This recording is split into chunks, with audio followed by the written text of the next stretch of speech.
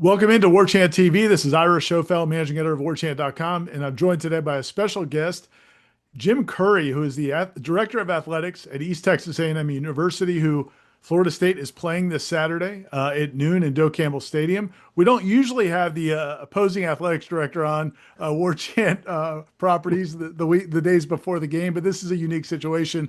If you've been around FSU athletics, if you worked around FSU, you certainly know Jim Curry. He was a longtime administrator in the athletics department at Florida State. So we'll get into that a little bit later, kind of in his journey and how he ended up at East Texas A&M, how this game evolved. But first of all, good to see you, Jim. How you doing, man? Oh, it's great to see you. Great to see you, and excited to be coming to Tally this weekend.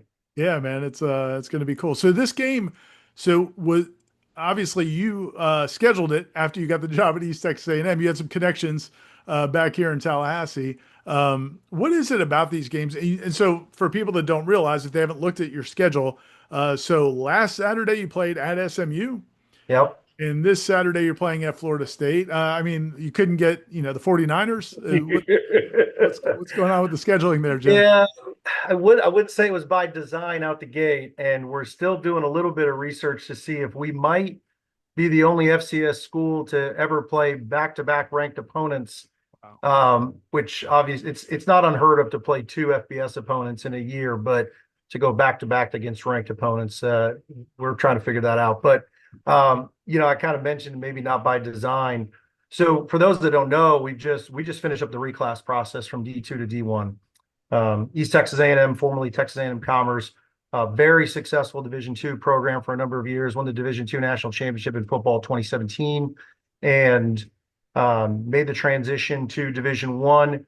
We're in our fourth year of Division One competition now. This was supposed to be the last year of the reclass process, thanks to some changes to NCAA rules. Schools that could qualify back in January of this year could expedite that track. We were able to qualify and successfully complete that process this summer. And so when we did this game, originally it was just going to be Florida State. So we had that on the books pretty early. I think we even got that done before even my official first day. So thank you, Mike Norvell and Michael Alford, for that. When I first got here, we talked about how important the Dallas market was to our institution because we're only 60 miles east of downtown Dallas. So when I got here, I talked to the folks at SMU and said, "Hey, I know you guys are full, but we're interested in an opportunity down the road if it presents itself." Well, then SMU makes the move to the ACC. That everything opens up in their schedule. They reach out. We have an opening. They have an opening in week one. And, because this was before they approved like all FCS playing 12-game schedule, which just happened this year. It was a 12-game year because it was supposed to be the last year of the reclass process. We weren't postseason eligible. We thought, good market opportunity for us here locally. And so let's do two in that year. And that will be kind of our last year in reclass. Good surprises are good. And so a good surprise that we were able to expedite, but where that kind of left us was playing two ranked opponents in the first 2 weeks this year. But all that to say, our student athletes are crazy excited. We were kind of talking about this with the TV folks because we're ACC Network last week, ACC Network this week. And, we were talking about it with them. And, they kind of asked the same question, what does it mean? And I thought our sports information director, Avi Mehta, put it perfectly. He goes, this is the type of game that, they're going to tell their grandkids about when they get older. And I thought that really kind of hit the point home, really kind of special in a special way, because that's knowing what Doak is like when it's, alive on a game day. This will be a memory they share with their kids and their grandkids for the rest of their life. So if you want to tell us a little bit more about the journey for East Texas A&M, again, you touched on it, historically tremendous success at the Division II level. For people that don't understand the difference, like when you talk about going from Division II to FCS, what exactly does that mean? What kind of commitment does it require financially? It feels like, I think there was in years past, when you were here in Tallahassee, I'm sure you remember at one point, Florida A&M talked about going from FCS to FBS, and there's a lot of different, hurdles that have to happen, but, commitments that have to happen. So what did that take for you guys to go from Division II to the FCS level? Yeah, it's significant. There's no doubt. And I think there's still an education process going on for some folks here. It's it's I would say that I kind of start that conversation sometimes just from a budgetary perspective. Right. You can have a budget that's in the top 5% in Division 2 and be in the bottom 5% in Division 1. I mean, that's how significant the incremental expense line looks like, right? And so, that alone significantly from a scholarship perspective, but just an operating cost perspective, the staffing levels, those types of things. So it's a significant investment for any institution to make that move. On the playing surface, it's a significant difference, of course, too. Very pronounced in football, particularly in the trenches up front. The speed, the size, it's very different. So, we've worked through that journey here over the last few years. 2 years ago, when I got here, we were small. I mean, I'll just say it. We were small. We had great kids. They were scrappy. They were, really good in Division 2, but it was hard to match up, particularly with the opponents that we were playing against here in Division 1 FCS even. So, it's been fun to kind of build, but it's taken a lot. And so, I think for us, we've really focused very heavily on our internal operations and our external revenue generating and our health and safety components first. When I first got here, I got a lot of questions about facilities. And certainly anytime you upgrade and level up to Division 1, you've got to look at your facilities. But, I got here and realized we're short on full-time trainers. We need to reevaluate our medical partnerships to ensure that, our student athletes are healthy and, they're performing at an optimal level. We really didn't have a really fully developed external unit that could generate additional self-generated revenues. So when I got here, that was kind of some of the first things we touched on. Since then, now that we've been able to get those in a good spot, this past spring just broke ground on a brand new arena, 3,000 seat arena, $75 million that we'll have open at the end of next year. And we're already looking at some additional capital improvements over in football now. So, it's a heavy lift. And I think part of it too is just understanding, getting everybody to buy in from the university side and understand that it takes a full university effort. Our president's been fantastic just in getting everybody to understand that we're not just going D1 as an athletics department, we're going D1 as a university. And so I think as more people have understood that it takes everybody involved, I would say a similar message to what Coach Norvell talks about in terms of elevating the football program. Same thing here in athletics as we elevate up from D2 to D1. It takes everybody involved at the university to be able to make this thing go. And so it's been fun to kind of see the process build and bring people along in the journey with us. So real quick, and I'll get back to football here in a second, but Uh-huh. so when you were at Florida State, and I'm not sure what the last budget was at Florida State, but I know it's been in the 150 plus million. And we had an interview with Peter Collins last week, and I think he said it's over 200 million now for Florida State athletics. I'm not sure what it was your last year here. But what's that like? I mean, and why did you want that challenge to switch from a place like that, which was one of the, Florida State's got one of the biggest football budgets in the country. People can talk about conferences and all that, but Florida State spends as much money on football as many of the SEC schools do, and Big Ten schools do, to a school where you are having to search for those dollars. Yeah, no, it's great. I appreciate the question because you're right. I had a job at Florida State that probably a lot of people would kill for. And I was very fortunate to be there for 11 years on the administrative side and work with great professionals along the way, great coaches. It was going to take something pretty special to get me out of Tallahassee. That was the place. I lived in Tallahassee longer than I've ever lived anywhere in my life. My dad was military growing up, so we moved around a lot. So Tallahassee really became home. Our kids were born there. But I looked at this opportunity and, you mentioned kind of a little bit about the journey for East Texas A&M and formerly Texas A&M Commerce. This is a place that's been around for 135 years. When you look at the athletics, the success and the tradition here, 6 national championships, 105 conference championships. We had some teams that played in the Tangerine Bowl back in the 50s, that we never lost in the Tangerine Bowl, undefeated there 4 times going there, 54 NFL draft picks, the Harvey Martins, the Wade Wilsons. It's just the list can go on and on. So it's a tremendous history of success here in athletics. And so when I looked at what the conditions were here, what the type of foundation was, and then the type of leadership alignment that we had, it would just seem like a great opportunity to kind of get on the ground floor of something and build. So, I talk a lot with our student athletes here because despite all that success and rich tradition we have here in athletics, being a relatively new Division I institution, having been myself at Florida State, Maryland, Coastal Carolina, you realize pretty quickly that it's hard to be the first to do anything at some of these really well-established Division I institutions. But I tell our student athletes, if you're excited about building, if you're excited about being part of something bigger than yourself, if you're excited about being part of a team that people remember and point to in the future, then this is your opportunity, and it's your opportunity in a place that has enjoyed success for a long time.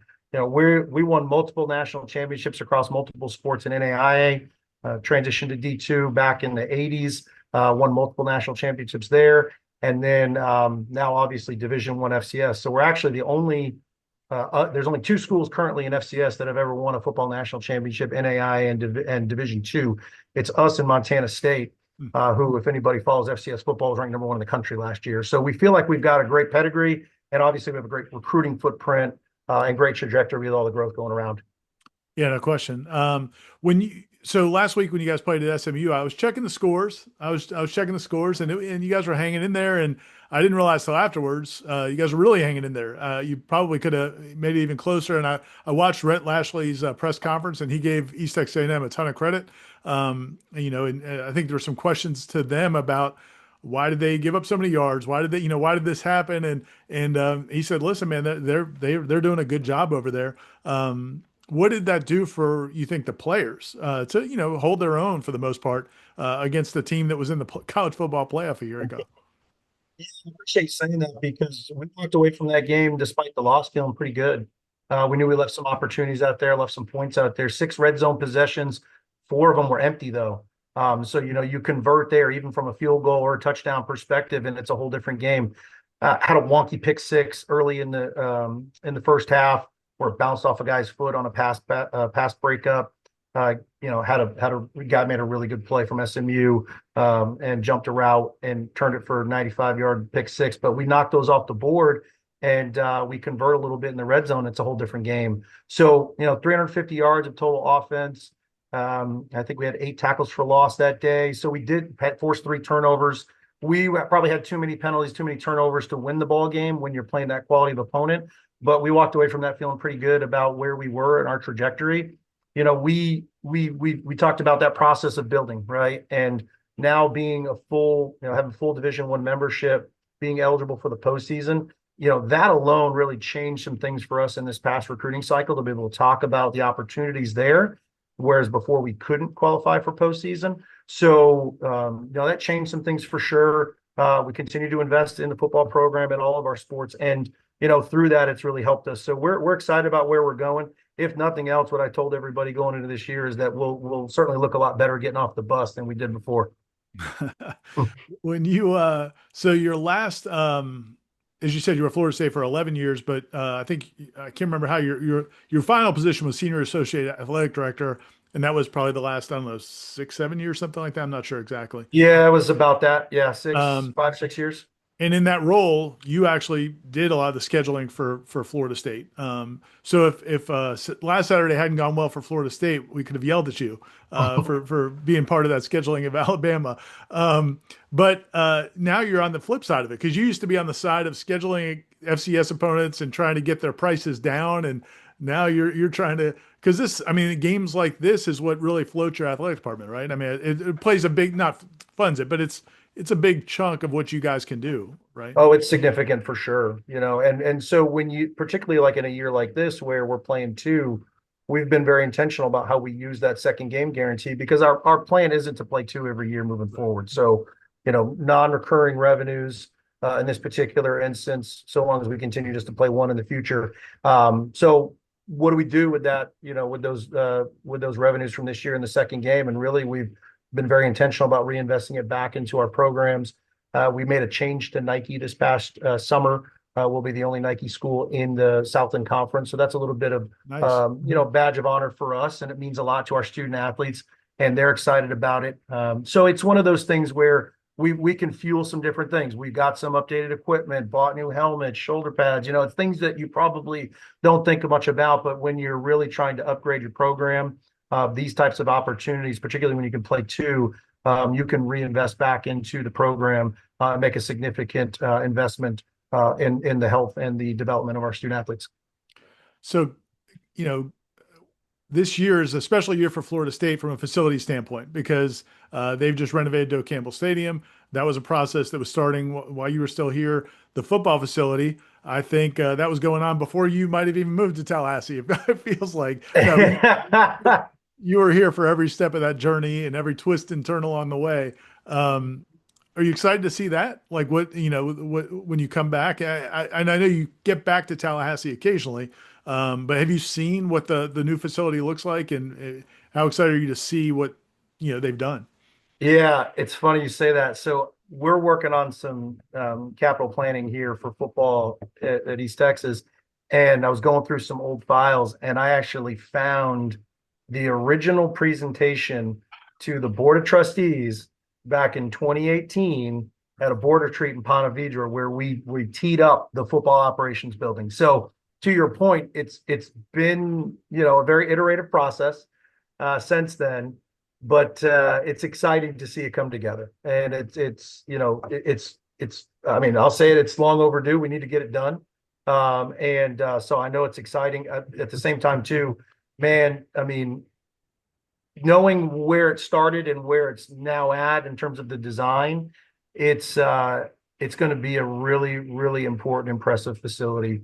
And I think people will be blown away when they get the opportunity. So many folks just have poured into that in so many different ways, a lot of knowledge, a lot of experience. And I think it's a very functional, purposeful building. So excited for people to get a chance, the opportunity to see it. I'm excited to see the inside of it. I've been to Tallahassee a couple times here in the last year. Most recently, I came back for President Thrasher's memorial service a few weeks ago, but I drove by and just the mass of it is impressive, right? So I'm sure there's some parking headaches. There were before, and I'm sure there are now, but it'll be worth it when there's an opportunity to get them in there. So when you look back at your time at Florida State, and man, I don't know if has there been a more turbulent 10, 12 years? You know what I'm saying? Like, I mean, great times also. I mean, you were there when they hoisted the trophy and won the national championship and won some ACC titles and in all the sports, won national championships in several sports, but also just some wild times. When people ask you what it was like at Florida State, like what kind of things do you say? What are the things that first come to mind? Because like you said, the relationships are a huge part of it. May he rest in peace, Monk Bonasort. You were close with him, President Thrasher. And there were so many things along the way. You think back of, if you think back about it, you remember the conflicts and different things that went on. But I'm sure also a lot of great memories. Yeah, I mean, you mentioned what do you think of the first thing you think of the people? I mean, there's great people all over the place there at Florida State, Tallahassee, and I think one of the things that reflecting on the 11 years I was there administratively, great leaders in multiple different, parts of the university, from the board of trustees all the way, through the president's office into the AD chair and then through the athletics department and the coaching seats. So, that's what I remember the most is the people. Again, very blessed there to have great people all around us, skilled administrators, skilled coaches. And I think you mentioned, yeah, there was a lot that happened in that time period. President Thrasher and I used to joke quite a bit because, he got in the seat and his first couple of months on the job were there was a lot going on. And yeah, across the entire university. Yeah. Across the entire university, right? It wasn't just athletics. And so he and I got to know each other pretty well, pretty quick, just because we were dealing with so much that was going on at that time from an athletics perspective. But I knew he had a lot on his plate from the other. And again, speaks to the skill and the quality of the folks that were there in the president's office at the time, some that are still there, but then also all the folks that are across the university. So that's what I probably remember the most about it all. But at the same time too, and I think it's been reaffirmed for me here as we kind of grow, is that growth in order to grow, it gets a little bit uncomfortable at times. right? And I think that that's, a little bit of what was happening at the same time too. As successful as we were still growing. And with growth, again, there's a little bit of discomfort at times in order to grow and be successful. And so that's what I love so much about Florida State is, you talk about the people, but then just the drive and the passion and just a relentless pursuit for excellence. And that's one thing. I think Unconquered wasn't just a moniker. It was a mindset and an approach to how people did their work. And the people that could embrace that and really live up to that standard, man, they loved that place. They flourished. It was very rewarding and it was purposeful work. When you look back at some of and you were involved in a lot of different processes. I mentioned the scheduling, but also some of the hirings and things like that. I know you were part of the process when they brought in Coach Norvell. You went way back with Brian Pensky, the soccer coach who won a national championship just a couple of years ago. How closely do you watch like that? If you were part of a process, but you're not at the school anymore, but do you feel the connection? And then, on the flip side, we'll go watch what Coach Norvell went through last year, and we'll see if he's, it looks like he's come through the other side really well. How's that part of it play out for you? Yeah, the place means a lot to me, and I still got a lot of friends that still work there and people that I care about. And while I was there, I got my master's degree, right? So I'm a grad, and I still give to the boosters. Have since I left, and it's one of those things where I think when you invest and you pour into a place, maybe in the way that I felt like I was. You got a different kind of tug. So I talk about how special Tallahassee and Florida State was for me, just as a community and as a university. I follow it. It means a lot, and people here know I'm passionate about it too. So when the Noles win or the Noles lose, like I hear about it here, and I try not to get emphasize that too much because our focus is very clear in terms of what we're doing here at East Texas. But I'd be lying if I didn't say that I was following it pretty closely all along the way, and not just the coaching searches that I was a part of, like Coach Norvell or Coach Pensky, but Lonnie and Brooke and Coach Ham and everybody along Dwayne and Jen. I mean, I was a sport administrator for tennis for all the way back to 2014 during my time there. So there's a lot of people that I've built relationships with over time that I really care about, and I follow them, and I'm rooting for them all along the way. And I guess it's okay if I betray a trust, something that somebody said in confidence, if they're here. But you told me when Link Jarrett got hired that you thought that Link, Coach Norvell, and Brian Pensky were all very similar. Mm-hmm. What ways did you think, and how do you think that manifests in their careers? Yeah, totally. There was a moment when Coach Jarrett got to campus, and I was at the hotel.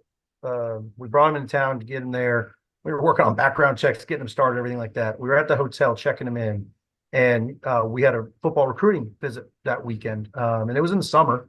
And Coach Norvell was there, and I saw, the first time the two of them had a chance to meet each other, and it was almost like you could see, like there was a lot of just, I would say some of the same intangibles that make both of them really special in terms of what they do, and you could almost kind of see it crystallize there in front of you, the way that their drive, their energy, their passion, the focus and the intensity.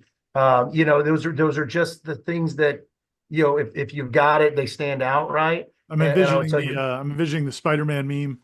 Yeah, but in a good way, other. right? But in a good way, yeah, exactly. And it's kind of the same thing with Coach Pensky. I got a chance to know him during our time at Maryland. We kind of stayed loosely connected for a number of years through some mutual contacts and friends, and then to get reconnected.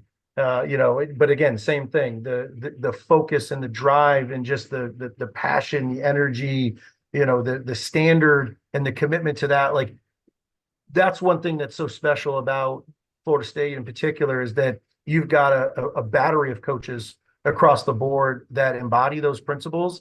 And again, it's important those are important intangibles to manifest success. And I think then again, it emanates out from the coaches as well. So it makes everybody else in the organization want to level up too. And so whether you're an administrator, whether you're the AD, whether you're the president or anybody else in between, board chair or anybody else that's in those organizations or those units, it motivates you to want to level up as well. And so when you can create that type of synergy in any organization, special things can happen. Just tying it back to your football program right now, and you said that for a lot of the student athletes, this is an experience they'll tell their kids about probably. What about a coaching staff in terms of how do they? What will the talks be like? Like, what do you in a game like this? I mean, they want to compete, they want to win, just like they wanted to compete and they wanted to win last week at SMU. But it's obviously a challenge. I mean, it's a huge challenge when you took the resources and all that. How do the coaches at that level approach games like this? Yeah, I mean, I'll say this: our coaching staff's excited. Our head coach is a grad from here. He's one of the most decorated Arena League players in the history of Arena League. One of the most decorated coaches in the history of Arena League, and he's as excited as anybody else to get out there. Jack Tyler, our DC, he was a GA on that 2018 Virginia Tech team that came and played a dope, an electric night, obviously, in the stadium. So we've got some folks that have been in there and they get just as excited and about the opportunity too. I think for us, like, and I'm like, we talk about competing, right? And I don't mean just our student athletes, but I talk about it as a core principle for what we do and our work as administrators, as coaches, as student athletes, and even as a university, as we do our work here is like, we want to be in a position to compete.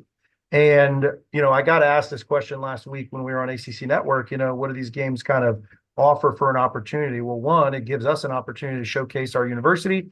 It gives us an opportunity to showcase our student athletes and the rich tradition of our athletics program, in particular, football in this case.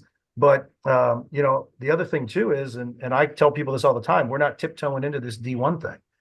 We're 2 feet all in. And, I like to say you have to play in these types of games before you can win these types of games. And so, we're excited for the opportunity, but I do think that, when you get these opportunities to be in these iconic venues with the pageantry and the specialness of college football generally, but then this place in particular, I was so happy for Florida State this past weekend to win for a lot of reasons, right? I kind of talked about just my affinity for the place and the connection and the people. But at the same time, too, I knew that if they won, one, they'd be talking about us all week as a residual with Florida State being on the schedule next. And two, I knew that place would be alive on Saturday at noon. And I've got no doubt it's going to be alive on Saturday at noon because I don't know what the score is going to be, but I want our kids to remember the experience and remember everything about that place because I know how special it is when it's like it is, was last weekend and maybe even this weekend looking ahead. Yeah, I think they said they announced that the student body sold out their allotment. So yeah, I think you're right. I think if Florida State had not played well last weekend, maybe the crowd wouldn't be quite as good. And yeah, man, like we talked about the money, but the exposure for you guys is huge, right? I mean, it's a name and it's a new name. As you said, you guys changed the name a few years ago. So it's from a brand awareness and that which helps the university. I mean, Florida State knows that as much as anybody what football did for the university. So that part of it has to be huge.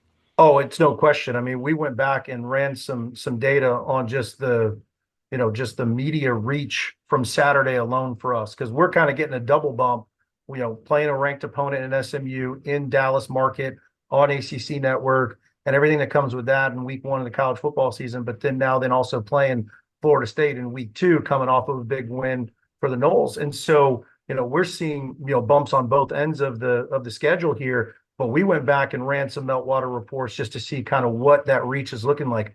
Our reach alone on Saturday, just East Texas A&M, was 3.6 billion unique users in terms of our total reach. So across all media platforms, TV, radio, print, online, social, you name it. So, I mean, that type of estimated ad valuation is over $26 million. Like we couldn't even try to do that if we wanted to, right? I mean, so it just speaks to just the powerfulness of college football, of being on TV, of having opportunities to play games like this for schools like us, particularly as we're growing. And you're right, we just went through a name change as a university this past fall. But it kind of harkens back to where our roots. We probably most people would probably remember us as East Texas State University. Those were kind of the heydays for us in the football space prior to the move into the A&M system back in the 90s. And but it was always East Texas something. The school was founded at East Texas Normal College. And so again, this kind of took us back to our roots, but we are trying to improve our residents, not just in the region, but throughout the state and across the country. Anybody asking you about Osceola and Renegade at all? Like every hour. So, it's cool because we've got some really good donors going on this trip. They're excited. And I told them, I'm like, here's the deal. Like, we will go down and we will stand on the rope line for this because, again, you want to talk about telling a story that you'll forever remember. Like, those people will have a story to tell that they will forever remember, just to be down there and kind of see the specialness of that tradition and everything that's with it. So yeah, right now about every hour. Well, hopefully they get to signing some checks right after that experience. Last thing, just again, if you just want to tell people a little bit more, anything else you feel like people should know about East Texas A&M, they're going to be at this game, and just kind of wrap up your feelings going into this game. Yeah, no, I appreciate that. Excited, obviously. Year 4 for us, D1. This will be our 4th FBS game that we played, second against the P4 coming off SMU last week. Until last week, we were we had held some nice distinction where we had never trailed at halftime against an FBS opponent. Our first one was against ODU in year 2 of Division I. We were tied at the half, and then last year we were playing San Diego State on national TV in week 1. We were actually up at the half. So again, we've been building, and I'm excited about where we're going. I think we're in a better position to compete for a conference championship here in the Southland Conference. The Southland Conference has been a great league for us, and it continues to grow as well. We're growing like crazy, but our women's soccer team is right now leading the league, and is projected to finish well. We just had 3 Olympians in the past Paris Olympics, which is more than about 80% of all Division I institutions. So a very rich track history here. It's a place that is really on the rise. In this last year alone, we finished this D1 reclass process, but that came on the heels this past year of our biggest enrollment ever as an institution, and we'll break that again this fall. Our largest graduating class ever, and just achieve an R2 research designation as an institution. So, that puts us in about the top 325 schools in the country. We're one of 365 Division I schools. And when you put both of them together, there's less than 300 in the country. So, when we talk about growth and what's happening here, we're just a microcosm of that for the rest of the university. But again, we're leaning into it, and excited about the opportunity to come to Tallahassee and just at least showcase the university, but also provide a great platform for our student athletes to go out and compete. Well, we might maybe we'll end up seeing you in the Big Ten or the SEC in a few years, the way you guys are going, man.